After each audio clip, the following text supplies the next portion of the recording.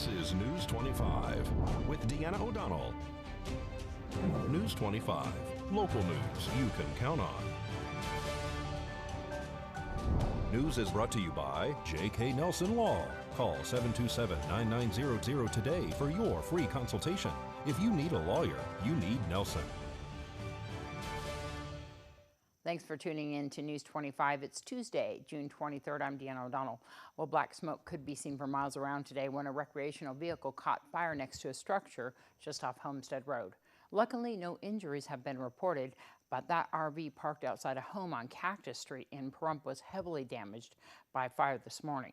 Pahrump Valley Fire and Rescue Chief Scott Lewis describes what happened. A little earlier this morning, we were dispatched to Cactus for a report of a structure fire. While we were responding, we were notified there was a fully involved RV next to a wood frame structure. The early reports were numerous explosions, unknown status of the occupants. As our Engine 4 arrived on location, they found heavy fire conditions in the motorhome with the exposure structure within feet. We also noticed a number of propane cylinders that were directly in the exposure area and were exposed to the direct flames themselves. So crews commenced a real quick offensive attack, knocked down the main body of fire, protected the exposures. So it was a garage and it had a combination. It had a storage space and then it had a small living space. And then the motorhome was directly next to the building. So the crews did an excellent job protecting it, considering the space was less than a few feet. And with the propane there, they could have had a much different result. The investigation revealed that the fire occurred within the motorhome. Most likely in the front part was the area of origin. There's nothing suggesting an intentional act. We're investigating it as an accidental. Most likely it will be undetermined due to the extent of damage in the area of origin. Anytime we put any fuel source or ignition source next to our structures, including brush, things along those lines, we're adding to the risk. So if there is a fire that extends to that or originates in those areas, there's little separation, therefore it could be an auto exposure issue, which means that it'll go from one object directly to another through direct flame impingement or radiant heat. So we want to separate those distances as much as practical. Obviously our lot size, the configuration of the structures on the property all lend to that. But as far as we can, we'll minimize the risks should a fire event occur. Thanks to Jack Champion and Eddie O'Brien for some of those photos. Well, Nye County has an update on the current positive test results for COVID-19 that have been recently reported. One case was reported to the county on Friday, June 19th, and 3 additional cases were reported to the county this past Monday. All 4 are here in Pahrump. The county says that another antibody case was also reported. That makes 2 total that has been completed and reported to the county. Well, many of us enjoy fireworks on the 4th of July, but for some people suffering from post-traumatic stress disorder or PTSD, the loud bangs, pops, and booms can make them uneasy. John and Eddie O'Brien with Zambelli Fireworks, the company that's producing this year's Freedom Festival, say that it may be possible for people with PTSD to enjoy the show. PTSD is a very serious situation. I too was in the military, and I see a lot of veterans that have PTSD. Anything that reminds them mentally of that particular event or events that they had that occurred during their service life can be traumatic. My suggestion is to use electronic noise canceling earmuffs and wear those if you come to a show. Usually what happens is if we bring them into some kind of an environment that gives them a chance to experience sounds again, that they can become accustomed to large sounds. It's not going to completely get rid of the situation, but this is something that might help them.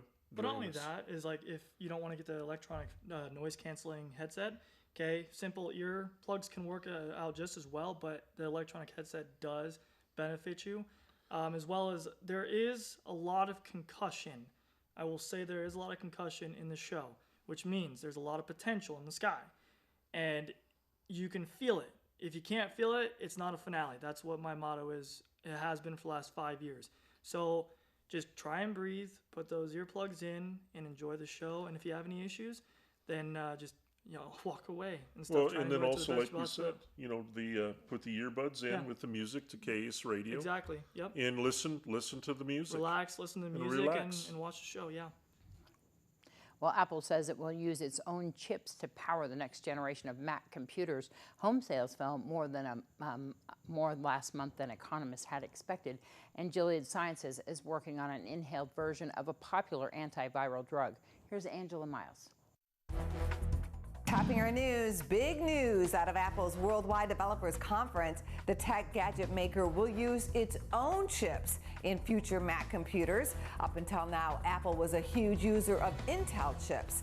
Apple is making that switch, it says, to improve the speed of its laptops and desktops. Home sales fell in May more than economists expected. Existing home sales tumbled 9.7% last month. Economists projected a decline of 3%. The pandemic is blamed. The median price of homes rose 2.3% to $284,600. Gilead Sciences is working on a version of its antiviral drug remdesivir. By August, the biotech company plans to begin human trials for a version that can be inhaled by patients to treat coronavirus. To date, there is no cure, and Gilead says it won't be until next year when it can mass produce amounts of remdesivir. Thanks, Angela. We'll have much more news right after this break.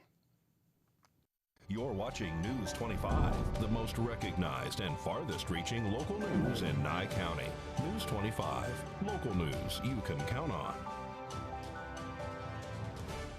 Welcome back. Well, Clark County is hosting a summit from 6 to 8 p.m. on Wednesday to discuss how our communities can move forward after weeks of rallies and protests. The Solutions, Strategies, and Service Summit will be moderated by rapper and entrepreneur Tip T.I. Harris. Public participation will be available through the Clark County Facebook page at facebook.com/Clark County, Nevada. And the public will be able to watch the summit on the county's Facebook page, YouTube channel at youtube.com/Clark County NV.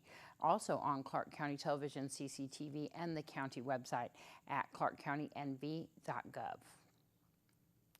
Well, some homeowners in the Mountain Falls community are not happy with plans to open a 24-hour gaming operation inside the Grill Room Bar, and they're organizing their opposition through a Facebook and petition on change.org.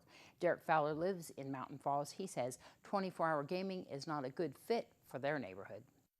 We are opposed to the gaming that's been planned for the Grill Room at Mountain Falls.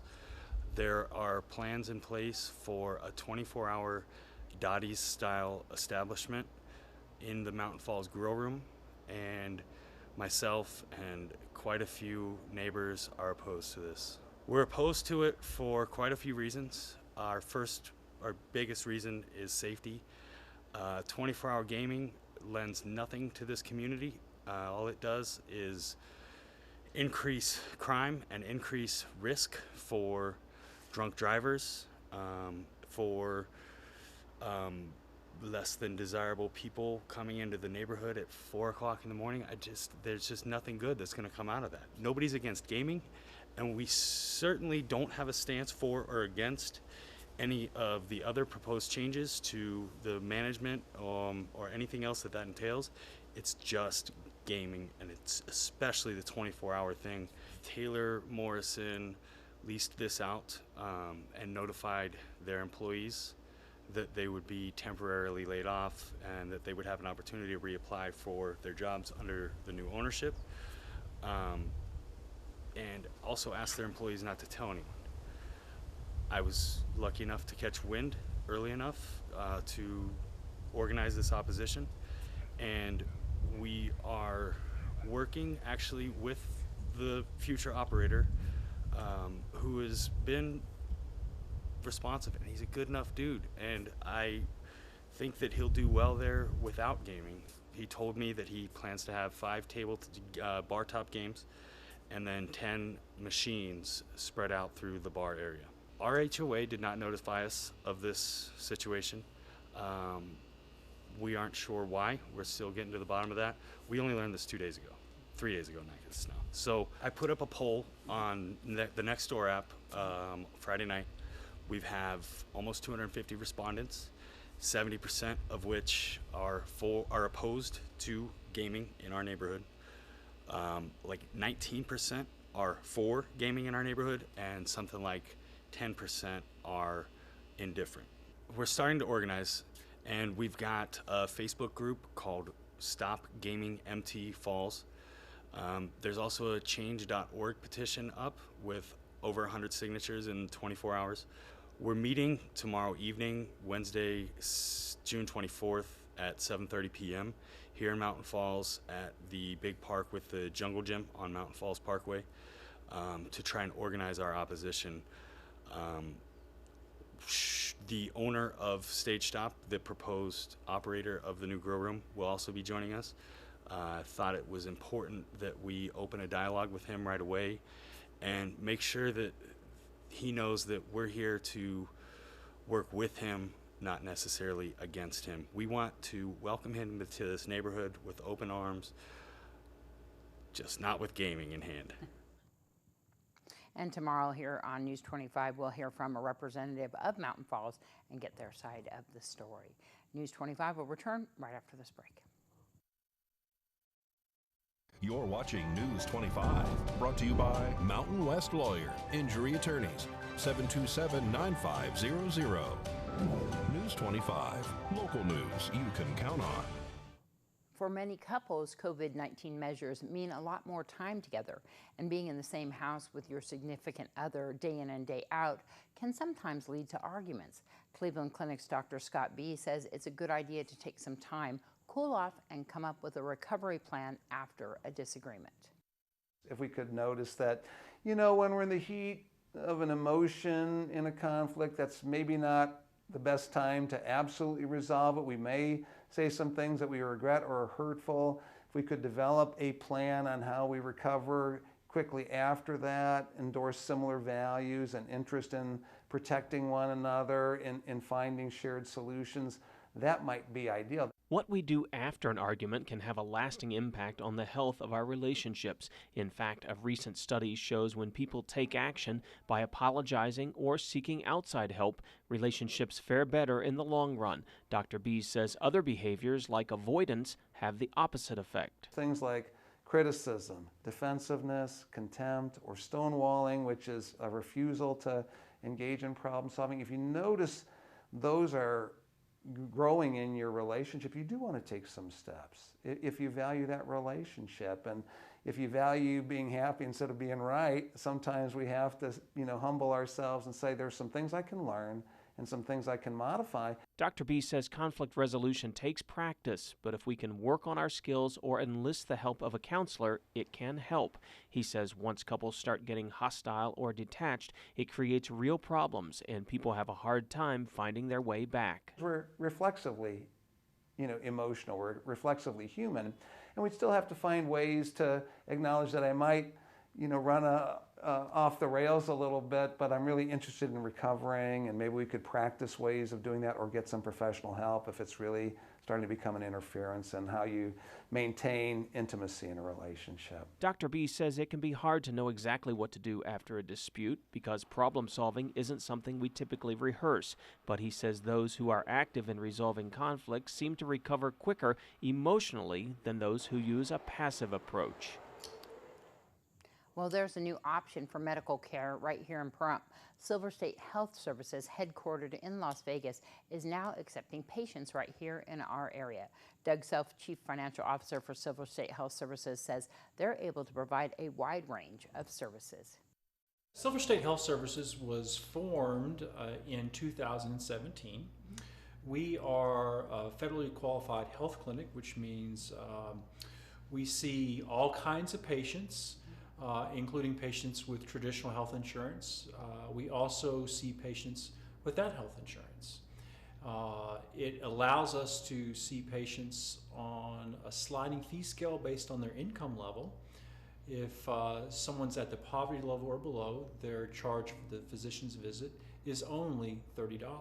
So if you're low income, our fees vary based on how much money you make. We started seeing patients last week and are looking forward to seeing more and more patients and serving the community. We do see a variety of patients from newborns all the way to senior citizens. And Troy, our nurse practitioner, loves seeing all kinds of different patients here. We do a variety of things, including pediatrics, family medicine, along with women's health. We also, in Las Vegas, and we can arrange telehealth visits, but we have psychiatry and we have mental health therapy as well. I've been in nursing 30 years. My background is emergency medicine, family practice. I've worked in a lot of small communities, a lot of small areas, a lot of underserved areas. I've worked with homeless, just those communities that for the most part can't afford health care. I'll be the only practitioner here, but I have plenty of resources, a lot of coworkers, you know, in other areas that I can resource with, but I'm excited to be here. I've traveled a long ways. I came from Ohio. I had lived in Las Vegas in the early 90s for several years and had gone back, so I am super excited about being here. My background is family practice. I've been family nurse practitioner going on in that 6-year range. I've been in nursing 30 years. I'm probably a pioneer guy of nursing. You know, most people haven't been in nursing that long. My wife actually has just been a few years younger than me, is 28 years in nursing. And then I will be finishing psychiatry here, being board certified in December. So I look forward to continuing that broad spectrum of things that I can bring to the community, where they can come to me and no matter what their issue is, I can handle it, whether it is family practice, those needs from high blood pressure, diabetes, to the people who need help with depression, anxiety, any of those things that they need, I can help them. We do schedule appointments and we will fit walk-ins as available. What's the phone number? Our phone number is 775-505-1214. Well, Silver State Health Services is located at 1430 Calvada Boulevard, Suite 100, right here in Pahrump. You can learn more at silverstatehealth.org. News 25 WeatherCam is brought to you by Lerner and Rowe Injury Attorney's Office in Pahrump. In a wreck, need a check? Call 702-877-1500. As we head into our break, we'll take a look outside, and we'll be right back just in a moment with your weather.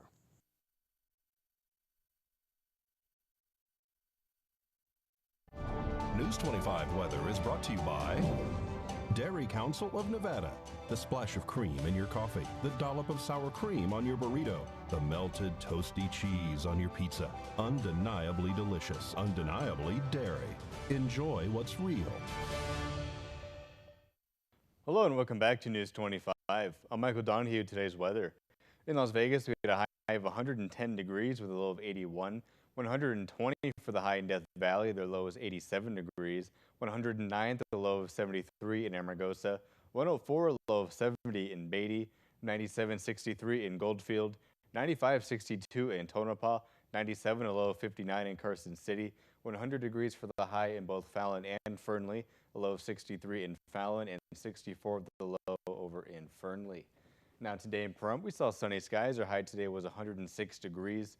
Winds coming out of the south-southwest up to 12 miles per hour. Our humidity at 8% and 5:27 this morning for our sunrise. Now for tonight, we're expecting clear skies. The low is going to be 77 degrees. Winds coming out the east-southeast up to 11 miles per hour. Humidity at 11% and our sunset at 8:05 tonight. Now, looking ahead to that 7-day, we do have some clouds rolling in for tomorrow through Friday. And we're expecting sunny skies from the weekend through next Tuesday. We also are going to still have some high winds up to 14 and 11 miles per hour on Wednesday and Thursday. Back to 14 miles per hour on Saturday. Up to 26 miles per hour expected on Sunday. And then 15 and 11 mile per hour winds on Monday and Tuesday. Now temperature-wise, we're pretty much going to level out with a 104-degree high from Wednesday to Friday. Jumping up just a little bit to 106 degrees for the high on Saturday. Down to 99 on Sunday, and then those high 80s next Monday and Tuesday. Now for overnights, those are also going to start cooling off from Wednesday to Saturday. We're going to be seeing our lows in about those mid to high 70s, between 76 and 78 degrees, and then down into those 60s from Sunday to Tuesday, around 62 to 66 degrees there. So now with that, we're going to throw it back to the desk with Deanna. Thanks so much, Michael. I'm super excited about next Monday and Tuesday. Woohoo. All right, well, that's going to wrap up this edition of News 25. I'm Deanna O'Donnell from all of us here at KPVM-TV and Ace Country Radio. Have a great night. We'll see you back here tomorrow.